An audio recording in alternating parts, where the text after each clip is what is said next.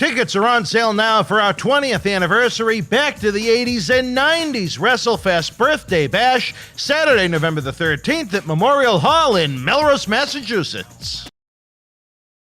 This is Mick Foley. This is Harley Race. This is Shelton Benjamin. This is Mr. Wonderful Paul Orndorff. This is the Monster Abyss. And this is Daniel Bryan. This is JBL, and you're watching the MWF. Be there live.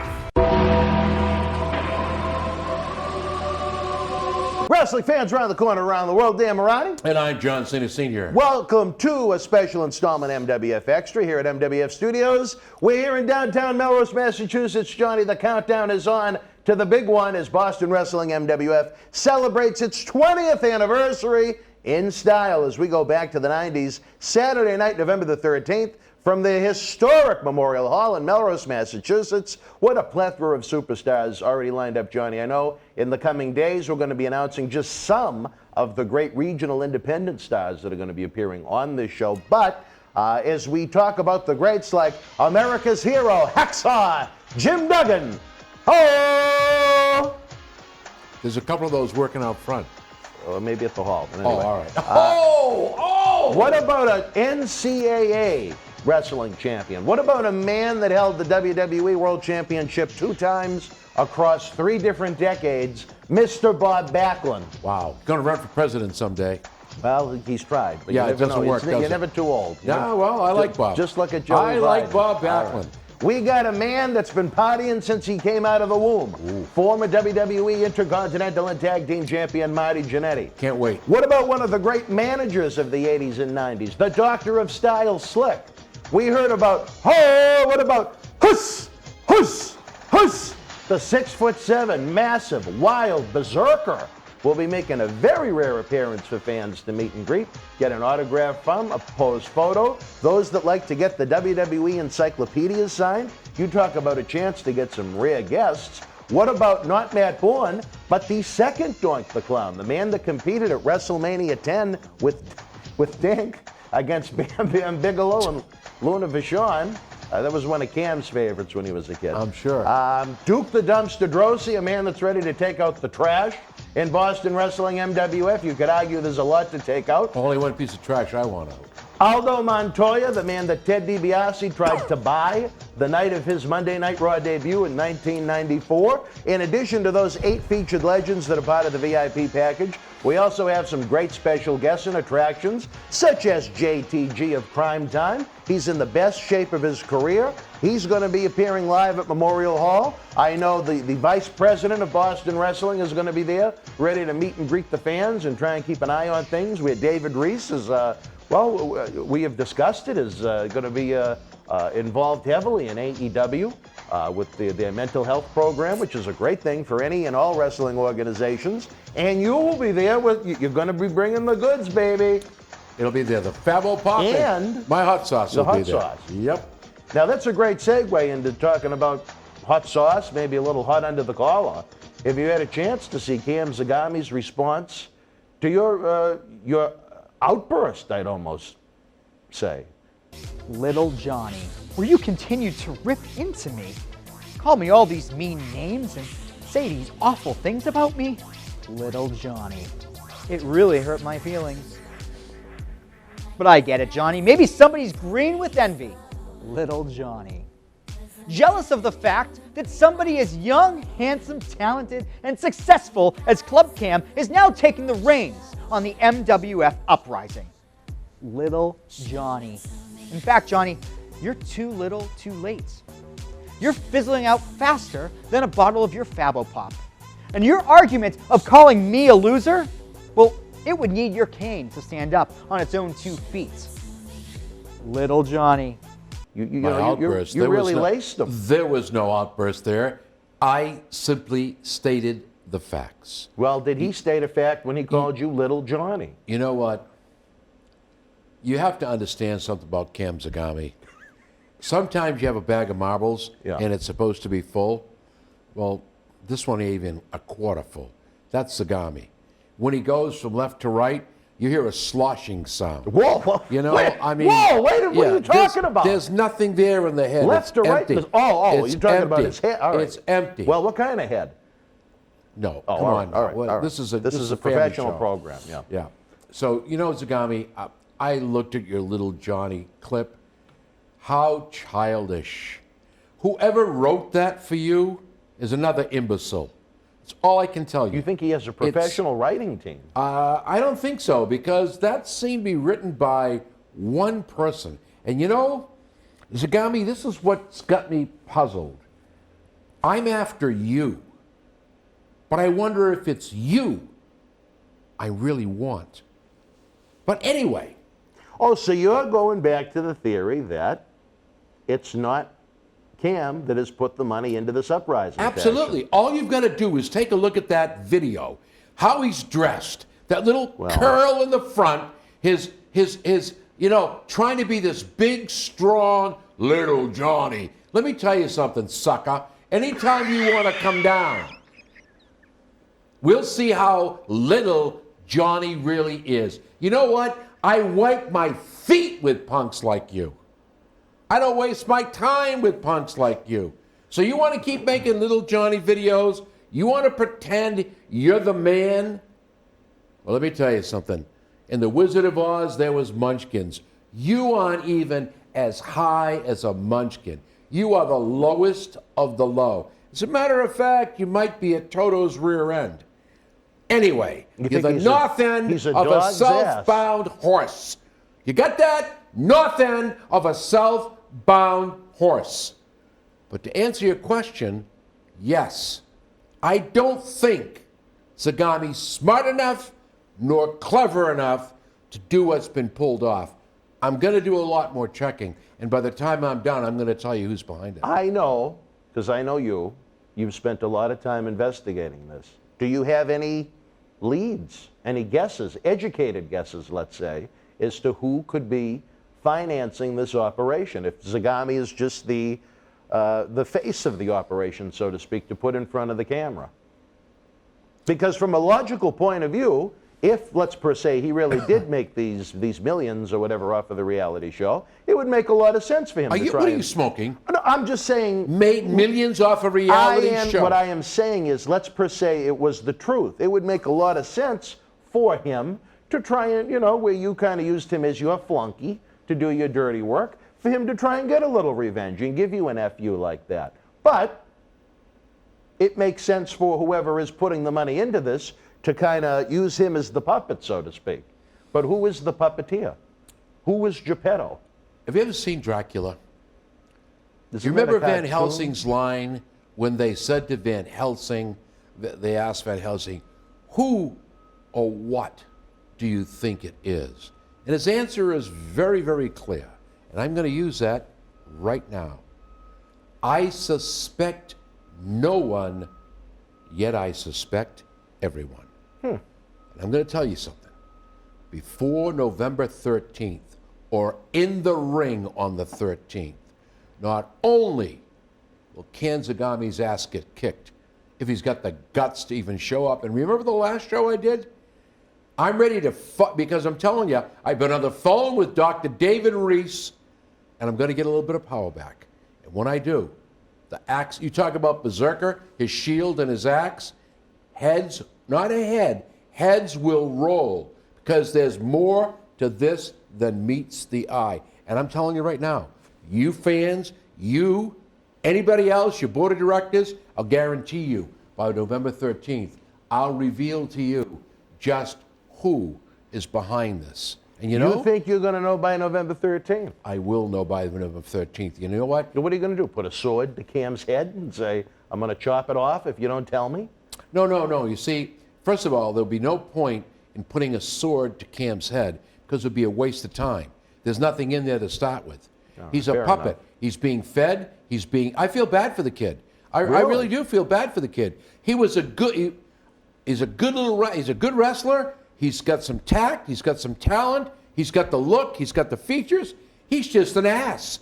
He's a north end of a southbound horse. He's listening to the wrong people. He should have listened to you, in other words. Well, not only myself, Dr. David Reese, he probably should have listened to a couple of other individuals in this organization to try to guide him in the right direction. Let me ask you this, Johnny. The uprising, it is not just one person, it's a faction. What if some of his his enforcers try and prevent you from even approaching him. Could be him out there right now. I'm a little wondering. That was like an explosion. Yeah. Well, I've been there before. You have? Yes. I'm not going out to check it. Let's put it this way. Don't take this the wrong way. You're really not a stupid person. Thank you. So you don't think for 1 minute I'm going to walk around without protection. And I'm going to tell you something.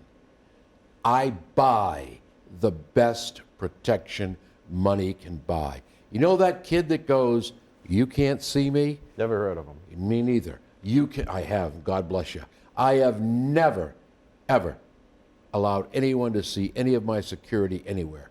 But if my body is at risk, or is any imminent danger to anybody connected with me, believe me, it's like a duck on a June bug.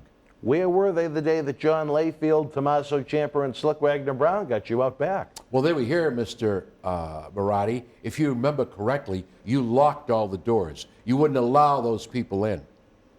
I said, have some friends. You were right out there. These shadow Excuse people. me. You were right out there laughing your ass off when I was drinking that, as you call it, Mr. Layfield, this is great stuff. And I kept calling it monkey piss. Layfield Energy. Yeah, well, it's a tremendous I drink. think the world of John Layfield. I'm not so sure what he thinks of you, but we've had a lot of conversations, and I'm just going to tell you this. You've got to get up pretty early in the morning to try to pull one over on me. And I'm going to tell you something. I'm really close right now. And I've got, like I say, I suspect no one, but I suspect everyone, from Dr. David Reese right down to you. What about? Right down to Howard in the booth. What about Rob Boiselle out front at the editing suite? He came out and greeted you this morning. Do you think he might have been up to shenanigans? Rob is a very, "Hi, how are you? I like you." You know what? That just might be the guy that's the front. But I'm going to tell you Big something. fan of the '86 Celtics. Well, but whoever is behind this, it certainly isn't Dizzy Dean. Look at my leopard skin jacket, my dark glasses. Looks like something he stole from Quincy. Yeah, well, all I want to say is this, and I understand that this is a family show, but if you want to talk about Little Cam, I talked to a couple of your girlfriends. Oh! So you know what? Don't go talking Little Johnny, Tiny Cam. So Cam, the battle's begun. You started it. I'm going to finish it. You will either be gone or in the ring. That simple. And that night, or before the show starts, we'll do another episode. And I'm telling you right now, I will reveal the person behind it, the brains behind it. And I'm that close. And I'm even kind of surprised at the individuals that I'm really looking closely at. And I mean what I say. I'm starting at the top. Reese is not exempt from this investigation. You think Reese could be? Well, you know what? And I am certainly not going to throw any accusations toward the good doctor, but he is a man that does like to see things shaken up. He likes to see a little controversy and tension. And he also... I don't know if he'd go as far as funding a faction, but, not out of the realm of possibility, I guess. Not to throw any accusations at you, President, but... That's what he's doing again, Doc. You know what? All I'm saying is this. Dr. David Reese, very, very smart individual. Works with the mind. He does that for a living. Cam Zagami is an empty barrel. There's no water in it. The eyes are just like a deer in headlights. I don't know where he got those 10-cent sunglasses. I certainly don't know where he got that leopard skin suit. And whoever does his hair, anyway, you know what, Cam, the battle's just begun. Mr. Marty, you're not exempt. Hey, Howard, you in the booth, you're not exempt. I got my eye on you, pal. David Reese, a little friend out in the lobby. You know what? I even got my eye on the guy that does the show from Vegas. And Mike's not exempt either. Wow. To be honest, Johnny, I think you're looking in the wrong direction. Well, you know what? I don't think the people that operate the TV studio are interested in the uprising faction. Oh, really? They're interested in burying me. They're interested in my fame, my fortune, what I've achieved, and they want to see me tumble. But that, to me, that would be the main point of contention. Who is it that wants it the most and why? What enemy? I know you've made a lot of enemies in your life with your great successes, but who can you think of that could financially afford to do this? I mean, have you really made enemies with that many wheelers and dealers? Well, you know what? In my tenure here, and throughout the other wrestling circuits that I work, as you're right, I've stepped on a lot of toes as Johnny Fabulous. As John Cena Sr., that's another story. And even Fabo has kind of come around a little bit. But I've made a lot of enemies. I truly believe that the enemy I'm looking for is within these four walls. These four walls right here? This whole four walls of the studio. Oh, I was going to say, the only two people in this room are you and I. And And Howard? Well, he's in a different room. Is in the four walls. It's within the four walls. And you know what? All I'm going to say is this. The individual, first of all, is very clever in the wrestling business. It would have to be. Very knowledgeable in professional wrestling. The moves, the talent that was purchased, the way it was done. Cam Zagami can't go into a store with 25 cents and buy a piece of gum.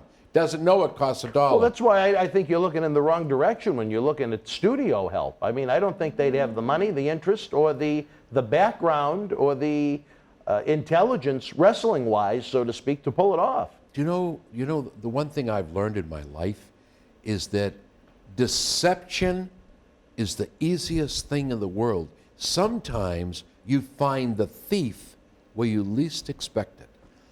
And I'm going to tell you right now, my investigations so far have uncovered a lot of information. There is about, I'd say, 2 or 3 pieces missing that I'm trying to get now. Have you come across any surprises thus far?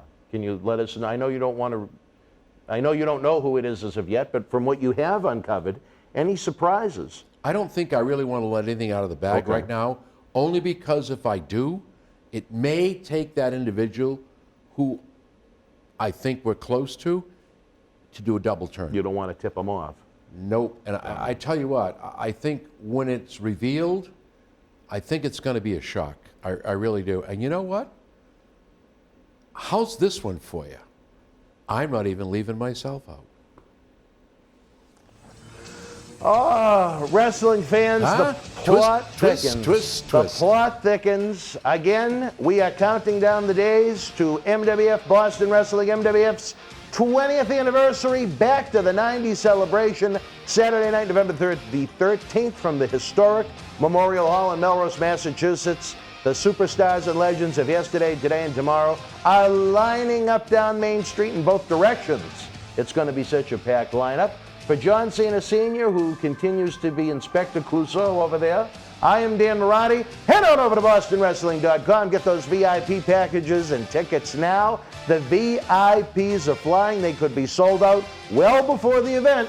If you want the best seats in the house to have the most immersive, interactive, engaging experience in professional wrestling, not some indie show, not some forgettable WWE TV taping that you may forget who was on it the next week. If you want memories that'll last your lifetime, again, BostonWrestling.com. We'll see you live November 13th. Good night from Boston.